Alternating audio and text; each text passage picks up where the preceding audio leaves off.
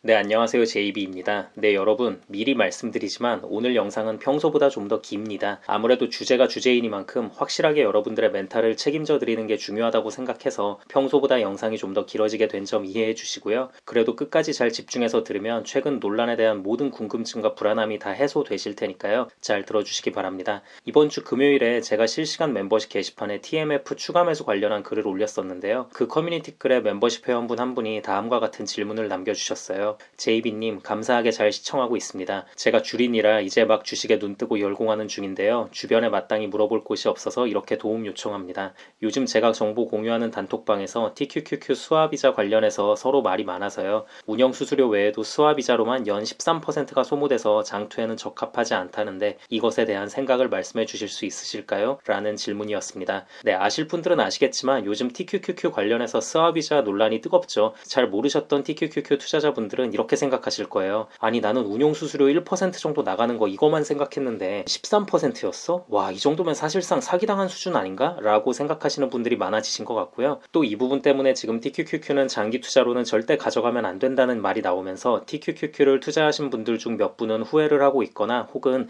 에이 설마 하면서 반신반의하는 상황이 벌어지고 있는 것 같은데요. 나 그냥 TQQQ 장기 투자 지금이라도 포기할래. 뭔가 잘못된 것 같아. 라고 생각하시는 분들은 오늘 제가 영상에서 말하는 부분들 끝까지 다 듣고 특히 이런 고금리 상황에서의 TQQQ를 최대한 안전하게 투자할 수 있는 방법까지도 말씀을 해드릴 테니까요. 다 들어보시고 판단을 내려도 늦지 않으실 것 같습니다. 자, 일단 첫 번째 논란에 대해 말씀을 좀 드릴게요. 운용수수료 1% 나가는 거 오케이 인정. 그건 이미 뭐 가격에 포함되어 있다고 한 거 알고 있었으니까. 근데 수화비자 13% 나간다는 거는 도대체 언제 어떤 방식으로 나간다는 거야? 1년 뒤에 갑자기 내 통장에서 확 빼가는 건가? 아니면 그 당일에 종가 확정되면 추가적으로 쓱 빼간다는 건가?에 대한 부분을 설명드리겠습니다. 갑자기 1년 뒤에 그렇게 빼가는 거 아닙니다. 종가에서 빼가는 것도 아닙니다. 자, 그럼 이 단어부터도 너무 복잡하고 이해하기 어려운 수화비자는 어디서 빼가는 거냐? 이것도 운용수수료처럼 이미 주가에 반영이 그때그때 다 돼 있는 겁니다. 우리가 괴리율이라고 하잖아요. 이번 연도 들어와서 나스닥 지수와 그 나스닥 지수를 3배 추종하는 TQQQ의 괴리율이 좀 더 크게 발생을 하는 게 이 수화비자 때문인 겁니다. 자, 이 괴리율의 개념도 어려워하실 분들이 계실 것 같아서 좀 더 알아듣기 쉽게 말씀을 드릴게요. 우리는 분명히 TQQQ는 나스닥 지수를 3배로 추종한다고 알고 있어요. 그쵸? 근데 이게 떨어질 때는 3배로 떨어지는데 막상 오를 때는 3배까지 못 오른다는 거죠. 그러니까 우리가 감당해야 할 리스크는 하락할 땐 최소 3배인데 반대로 오를 땐 3배만큼의 보상을 못 돌려받는다는 겁니다. 이렇게 이해하면 그나마 쉬울 거예요. 자, 이 말을 들으면 솔직히 좀 억울할 수는 있어요.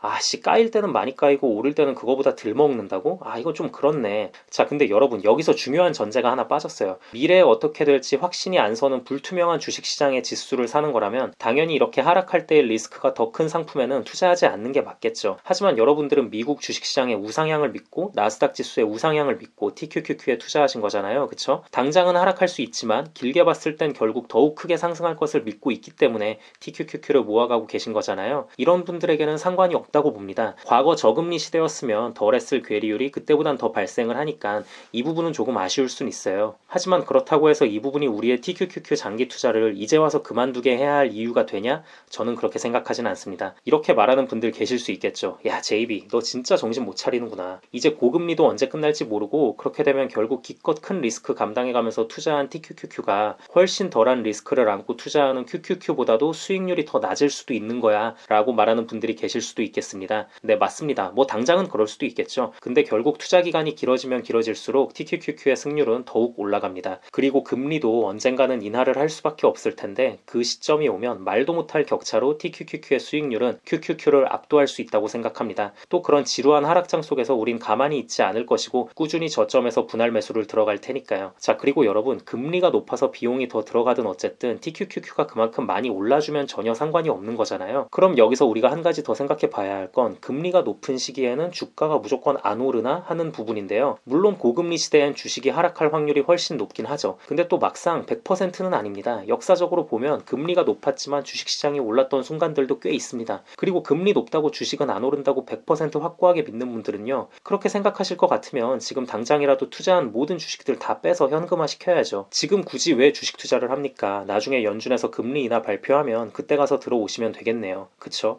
근데 대부분은 계속 주식 투자는 어쨌든 이어나가실 거 아닙니까? 그러니까 이건 그냥 누구도 모르는 부분입니다. 자, 그리고 또 한 가지 말씀을 드릴게요. 그럼 이쯤에서 우리를 짜증나게 만든 그 수화비자가 녹아있는 그 괴리율이라는 게 그렇게 심하게 차이가 나냐라고 물어보신다면 뭐 막상 그렇지도 않습니다. 예를 들어 올해 들어 QQQ가 9.6%가 올랐는데요. TQQQ는 25.84%가 올랐습니다. 자, 여러분 이 말 들으면 무슨 생각 드시나요? 아씨 뭐야 이게 TQQQ는 QQQ의 3배 추종이니까 28.8%가 올랐어야 했는데 왜 25.84밖에 안 올랐어? 아우 열받아 짜증나. 이런 생각이 드시나요? 뭐 이렇게 생각이 드신다면 제가 할 말 없고요. 근데 저는 어떤 생각이 드냐면요.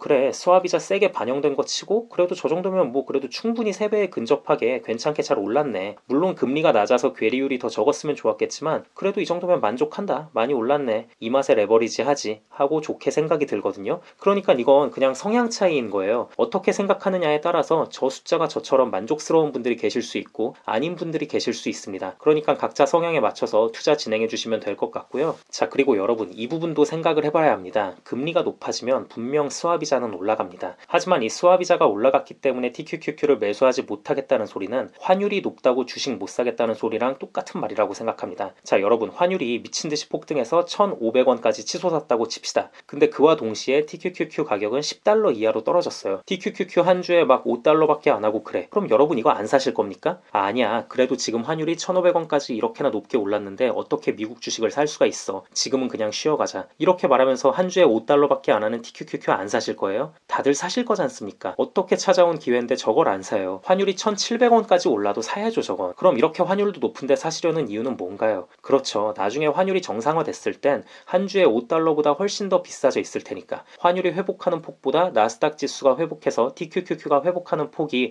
훨씬 더 클 거라는 믿음이 있기 때문에 그런 거 아닙니까? 저는 이와 같은 논리가 금리에도 똑같이 적용된다고 봅니다. 지금 미국 주식이 재작년 고점 때보다 엄청나게 싸진 이유는 금리가 높기 때문이에요. 금리가 다시 정상화된다면 주가도 다시 미친듯이 반등을 할 거고 그렇게 되면 TQQQ 가격이 지금과는 또 비교도 안 될 정도로 올라 있겠죠. 그렇기 때문에 이런 부분도 우리가 투자를 하면서는 생각을 해봐야 하고요. 그리고 이제 TQQQ 장기 투자를 어떻게 하는 게 좋을까에 대한 제 의견을 말씀드리겠습니다. 사실 이번 스와비자 논란은 저와 그리고 제 투자법에 공감하고 함께 해주시는 구독자분들께는 전혀 해당되지 않는 논란이라고 생각합니다. 왜냐면 제가 한때 악플러들에게 시달리면서도 끝까지 고수했고 늘 드렸던 말씀이 뭐였습니까? 3배 레버리지 상품들, TQQQ, SOXL, 불즈 이런 거 장투할 때 반드시 중간중간 부분 익절을 해줘야 한다는 거였습니다. 무지성 적립식으로 뭐 5일마다 한 번씩 산다던가 3일마다 한 번씩 산다던가 뭐 이런 거보다는 이 방식은 이제 지수 1배짜리 추종 상품인 QQQ나 스파이면 상관이 없는데 3배짜리는 저렇게 하면 안 된다고 말씀드리면서 그래도 누가 봐도 확실히 저점으로 보일 때 그게 뭐 차트상 저점이던 아니면 여러가지 정황상 단기적인 노이즈로 인한 대폭락이던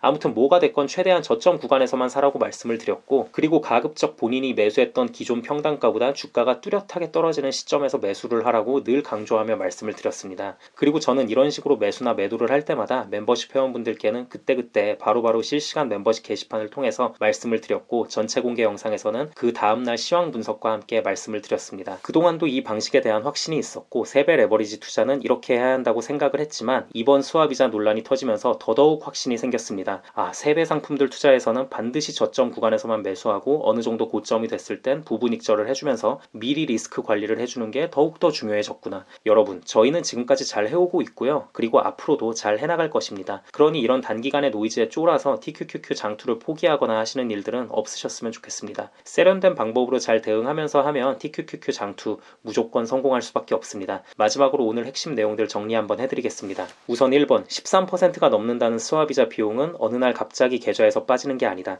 단지 지수 추종에 대한 괴리율이 예전보다 더 커졌을 뿐이다. 하지만 그 괴리율조차도 우리가 보기엔 뭐 그렇게 심하게 차이나 보이진 않고 오히려 그 정도면 괜찮아 보인다. 그리고 2번 우리는 째째하게 1-20% 먹겠다고 TQQQ 투자 결심한 사람들이 아니다. 최소 100% 수익에서 많게는 1000% 수익까지 큰 기대 수익률을 바라고 투자에 진입을 했고 금리 역시 언젠간 반드시 꺾인다. 그러니 스와비자 비용 늘어난 거 너무 신경 쓰지 말자. 그리고 3번 TQQQ 장기 투자를 진행하면서 중간중간 부분 익절을 해줘야만 하는 또 하나의 이유가 더 생겼다. 웬만하면 누가 봐도 저점 구간에서만 매수하도록 하고 주가가 단기적으로 크게 오르면 약간이라도 부분 익절을 하면서 미리미리 좀 챙겨놓자. 그게 멘탈 관리에도 좋다. 무지성 적립식이 최고야 라고 말하는 분들도 이번 기회에 한번 생각을 달리 해보셨으면 좋겠다. 그리고 마지막 우리는 그동안 계속 잘 해왔고 앞으로도 잘 해나갈 것이다. 쓸데없는 노이즈에 흔들리지 말자. 네, 그럼 오늘 영상은 여기까지 하도록 하고요. 오늘도 새롭게 멤버십 가입해주신 분들이 많이 계셔서 감사 인사드리고 마무리하도록 하겠습니다. 유원식님 맥도날드 멤버십 가입 감사드립니다. 허민규님 맥도날드 멤버십 가입 감사드립니다. 감사드립니다. 박영진님 스타벅스 멤버십 가입 감사드립니다. 올리님 스타벅스 멤버십 가입 감사드립니다. 지원님 스타벅스 멤버십 가입 감사드립니다. 구자철님 스타벅스 멤버십 가입 감사드립니다. GH1B님 스타벅스 멤버십 가입 감사드립니다. 파클님 스타벅스 멤버십 가입 감사드립니다. 백양기님 코카콜라 멤버십 가입 감사드립니다. 늘품님 스타벅스 멤버십 가입 감사드립니다. 포도님 스타벅스 멤버십 가입 감사드립니다. 데니님 스타벅스 멤버십 가입 감사드립니다. 박선균님 스타벅스 멤버십 가입 감사드립니다. 슬기로운 신앙생활TV님 스타벅스 멤버십 가입 감사드립니다. 맨날 졸려요 피곤하고요님 코카콜라 멤버십 가입 감사드립니다. 정준님 스타벅스 멤버십 가입 감사드립니다. 성한님 스타벅스 멤버십 가입 감사드립니다. 리해빌리테이션님 스타벅스 멤버십 가입 감사드립니다. 남라뜰님 스타벅스 멤버십 가입 감사드립니다. 안진만님 스타벅스 멤버십 가입 감사드립니다. 김민수님 스타벅스 멤버십 가입 감사드립니다. 김태영님 스타벅스 멤버십으로 업그레이드 감사드립니다. 이현우님 코카콜라 멤버십 가입 감사드립니다. 안정열님 스타벅스 멤버십 가입 감사드립니다. 양종국님 스타벅스 멤버십 가입 감사드립니다. 수미래님 코카콜라 멤버십 가입 감사드립니다. 멤버십 가입을 해주신 모든 분들께 깊은 감사드립니다. 멤버십 가입을 하시면 제가 조회수에 신경 쓰지 않고 좀 더 편하게 이런저런 시장 상황에 대해 말하는 영상들을 보실 수 있고요. 스타벅스 멤버십 이상부터는 제가 커뮤니티 게시판에 그때그때 중요한 사안들이 있을 때 실시간으로 올리는 글들을 보실 수 있으니 많은 관심 부탁드립니다. 그리고 마지막으로 귀한 시간 내어 제 영상을 봐주시고 응원의 댓글까지 남겨주시는 모든 구독자분들께도 깊은 감사드립니다. 앞으로도 단 한 명의 낙오자 없이 모든 구독자분들의 장기 투자 성공을 위한 멘탈케어 영상 제작에 온 힘을 다하겠습니다. 감사합니다.